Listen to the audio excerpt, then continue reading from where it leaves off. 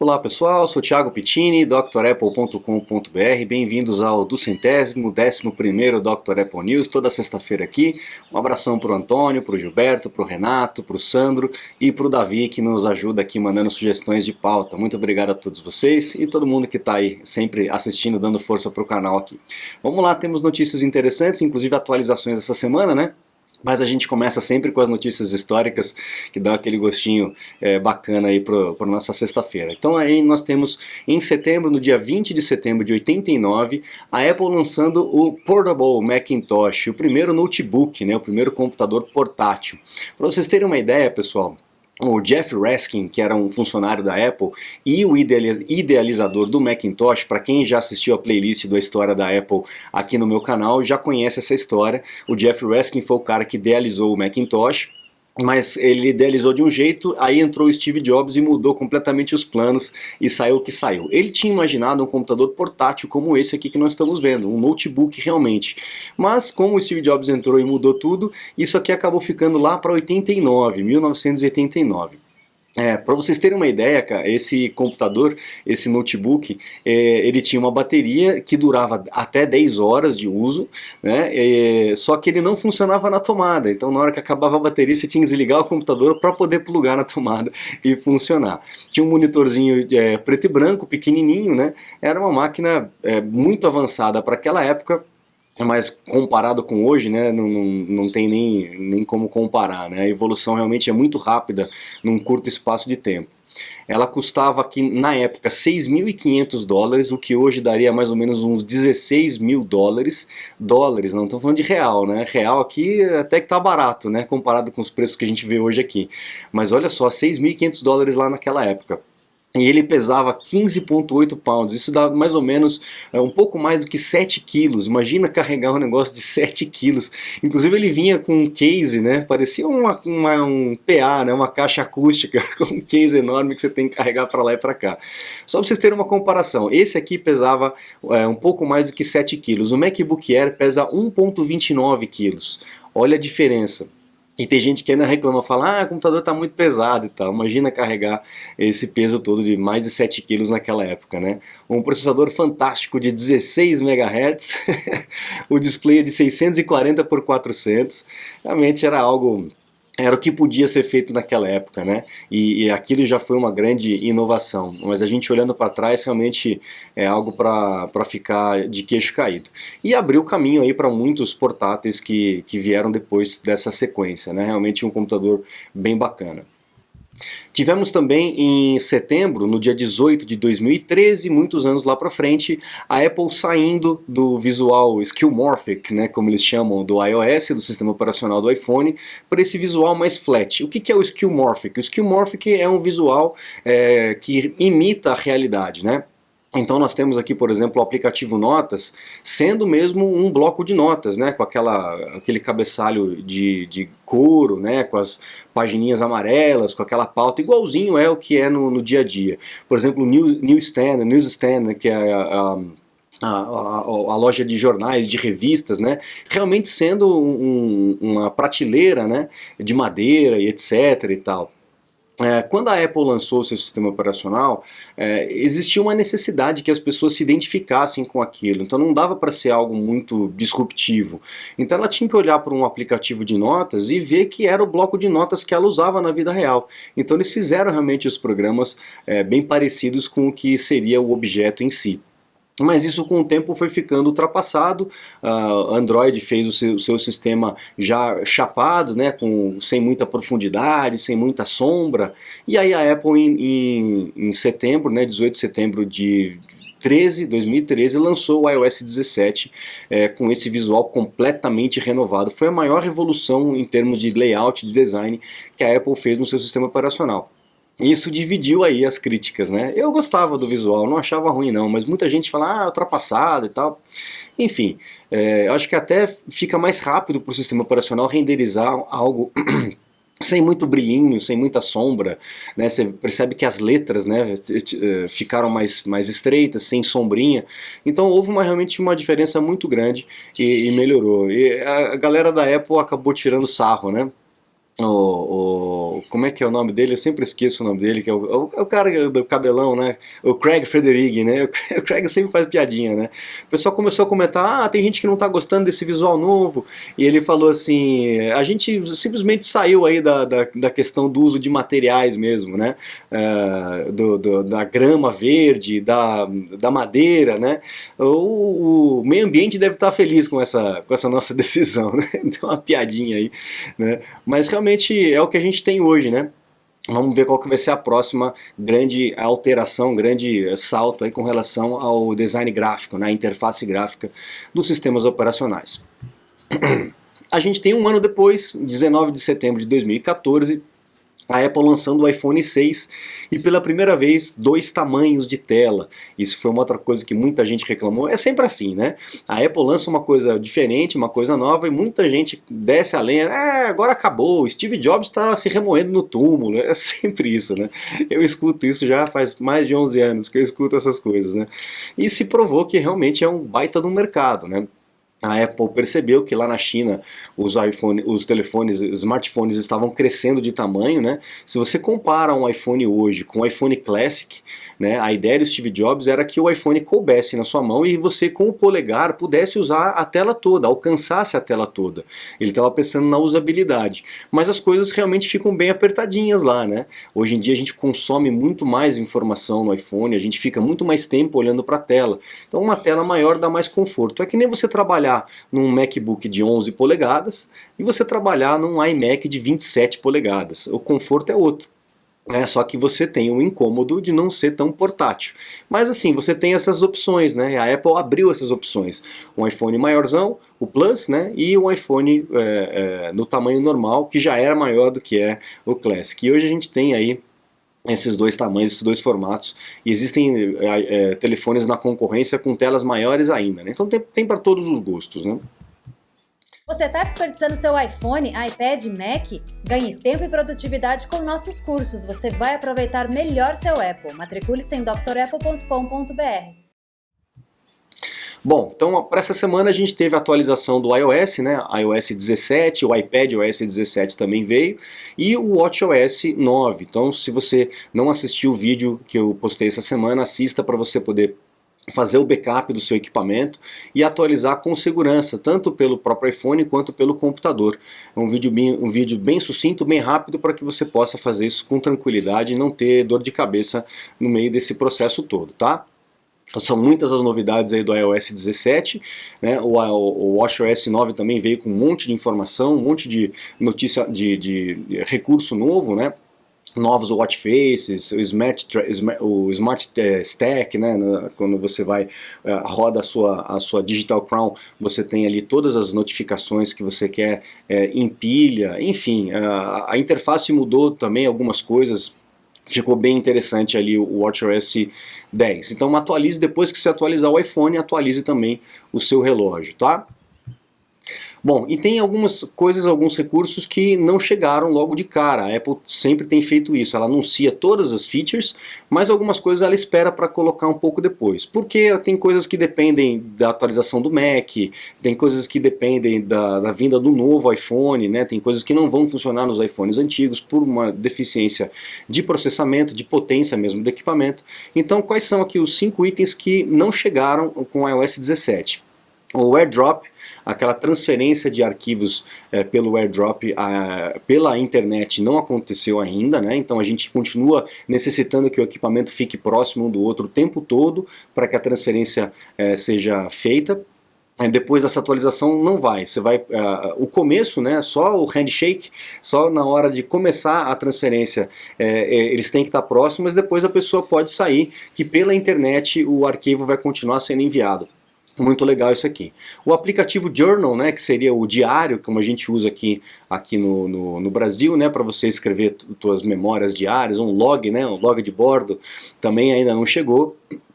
As playlists colaborativas do Apple Music também ainda não vieram, e o AirPlay in Hotel Room, o AirPlay nas televisões de hotéis, ainda também não foi completada aí a implementação.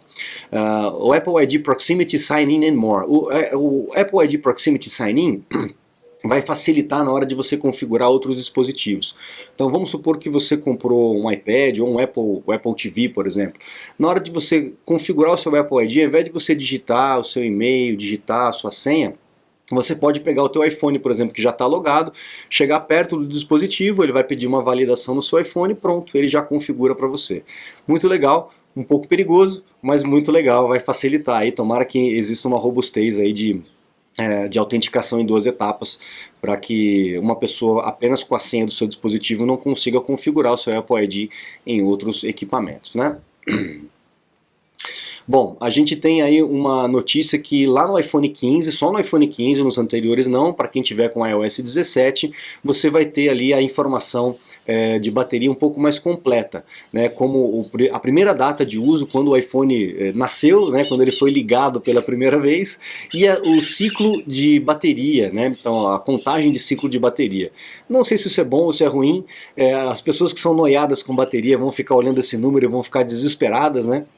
Enfim, o iPhone ele tem uma durabilidade de uns 3 anos, né? Às vezes um pouco mais, às vezes um pouco menos, né? Depende do que o iPhone foi exposto, né? Mas a durabilidade mais ou menos é isso. Depois de uns 3 anos você precisa trocar a bateria para ter uma autonomia boa ou trocar propriamente de iPhone, né?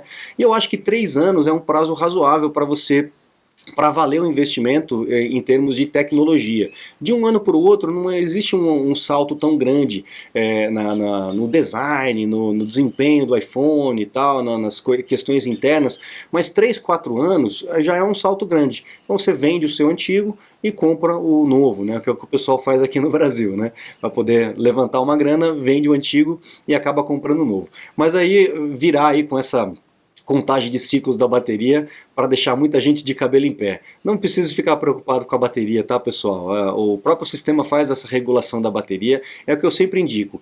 E evita de ficar descarregando o 100%, né, deixar o iPhone morrer sempre. Se acontecer uma vez ou outra não tem problema, tá? Mas assim, tem gente que faz isso toda vez. Carregou a bateria, deu 100%, despluga da tomada. Ou então deu 80%, despluga da tomada. Aí usa até acabar, depois pluga de novo. E fica nessa noia, fica nesse ritual aí a vida inteira, né? Preocupado, onde é que tem uma tomada, pelo amor de Deus. Não precisa mais fazer isso, tá? O próprio sistema já faz essa gestão da bateria, ele tem ali um cálculo de algoritmo que identifica as suas formas de carregar o seu iPhone e ele vai mesmo carregar até o 100% na última meia hora que você costuma pegar o iPhone. Então fique tranquilo, o Mac também faz essa gestão da sua bateria otimizada, então fique tranquilo com relação a isso, use tranquilamente o seu iPhone, tá? E se preocupe com outras coisas, né? Não com a bateria. Bom, uma coisa que veio para o iPhone e que ninguém falou, né, eu não vi ninguém falando, é essa Thread Networking. O que é Thread Networking? O iPhone agora está vindo com essa possibilidade, com essa capacidade, né, junto com o Wi-Fi 6. Né? O Wi-Fi 6 ela tem uma frequência, a possibilidade de se conectar numa frequência maior, dando um maior ganho de performance na sua Wi-Fi, apenas, obviamente, se você tiver um roteador que emita essa frequência de 6, né? Então o seu roteador hoje não faz isso, a não ser que você acabou de comprar um roteador que tem essa frequência, vai estar escrito aí nas especificações. Então não vai adiantar nada você ter um iPhone com essa capacidade se o seu roteador não tem essa capacidade, tá bom? Beleza? Só com os dois aí que você vai conseguir usufruir. Porém, junto com a Wi-Fi 6, a gente tem essa Thread Networking, que é uma forma de se conectar com dispositivos de automação, né? É o que tem o Apple TV, é o que tem o HomePod, por exemplo. Hoje em dia, por exemplo, quando você tem alguma automação na sua casa, um portão eletrônico, uma chave da casa, da porta da casa, uma luz, uma cortina, etc. Para você poder acionar esses equipamentos sem estar no sua Wi-Fi, por exemplo, lá do seu escritório, de outro lugar e tal, você precisa ter um equipamento que faça esse roteamento, que tenha essa Thread Networking e faça esse roteamento entre os equipamentos que estão na sua casa. O Apple TV faz isso, o HomePod faz isso, mas o iPhone não fazia. Então você tem que configurar o aplicativo Home, os dispositivos, nesse Apple TV ou no HomePod, para que através do seu iPhone você se comunique com esse roteador e esse roteador se comunique com os equipamentos. Agora, com o iPhone tendo isso, é mais um controlador para isso. então vai facilitar, vai agilizar esse processo todo de controle dos seus dispositivos de automação residencial. Isso aí é o que mais está acontecendo hoje em dia, as pessoas estão cada vez mais procurando. A Apple deu um passo muito inteligente de se adequar com o padrão do mercado, que é o Matter, né? O Matter Smart Home Automation Standard. Ah, que chique! Então agora os equipamentos conversam com o mesmo tipo de protocolo. Porém, pessoal, fiquem ligados, eu já tenho falado a respeito disso nos news passados, né? Porque esses equipamentos que se conectam à internet não tem os mesmos protocolos de segurança que tem um Mac, que tem um iPhone, etc. E um hacker pode invadir a sua lâmpada e através da sua lâmpada invadir a sua rede inteira. Então tem que tomar cuidado, tem que ficar atento com marcas que sejam referência, procurem as especificações de segurança que esses equipamentos têm, não fique colocando qualquer coisa, porque isso pode dar problema mais para frente, tá? Bom, demanda para o iPhone 15 Pro Max. A Apple não estava acreditando muito que ia vender o mais caro, né? Até porque no ano passado o 14 Pro Max teve uma demanda mais fraca do que eles tinham esperado. Só que a galera tá gastando, tá optando aí pelo modelo mais caro. Por quê? Porque é o que tem mais novidade, né? Ele tem o botão de ação ali, né, no lugar do switch do multi, e ele tem aquela lente telefoto, né, com uma qualidade maior. Então as pessoas estão optando por pagar $200 a mais por conta dessa lente, uma bateria maior, etc. Então o 15 Pro Max está tendo uma demanda muito grande, tanto que quando a Apple abriu a pré-venda, em alguns minutos já não tinha já para a entrega mais próxima, eles já começaram a empurrar para frente. Então o Ming Chi Kuo está dizendo aqui que a galera lá na China, na Índia, estão correndo que nem doido ali para poder fazer a produção, alcançar essa demanda, né? Então o pessoal reclama do preço, não, iPhone é caro, mas o pessoal compra, né? Pois é. Eu teve uma entrevista, acho que foi do cara da Louis Vuitton, né? Perguntaram para ele, mas por que você vende uma bolsa com preço tão caro? Ele falou, porque tem gente que compra. Só por isso. Então é isso. Enquanto tiver gente comprando, eles vão manter um preço caro. Aqui no Brasil tem outras questões, né? O preço aqui no Brasil tem outras questões com relação a imposto, importação, etc. O preço realmente fica astronômico, né?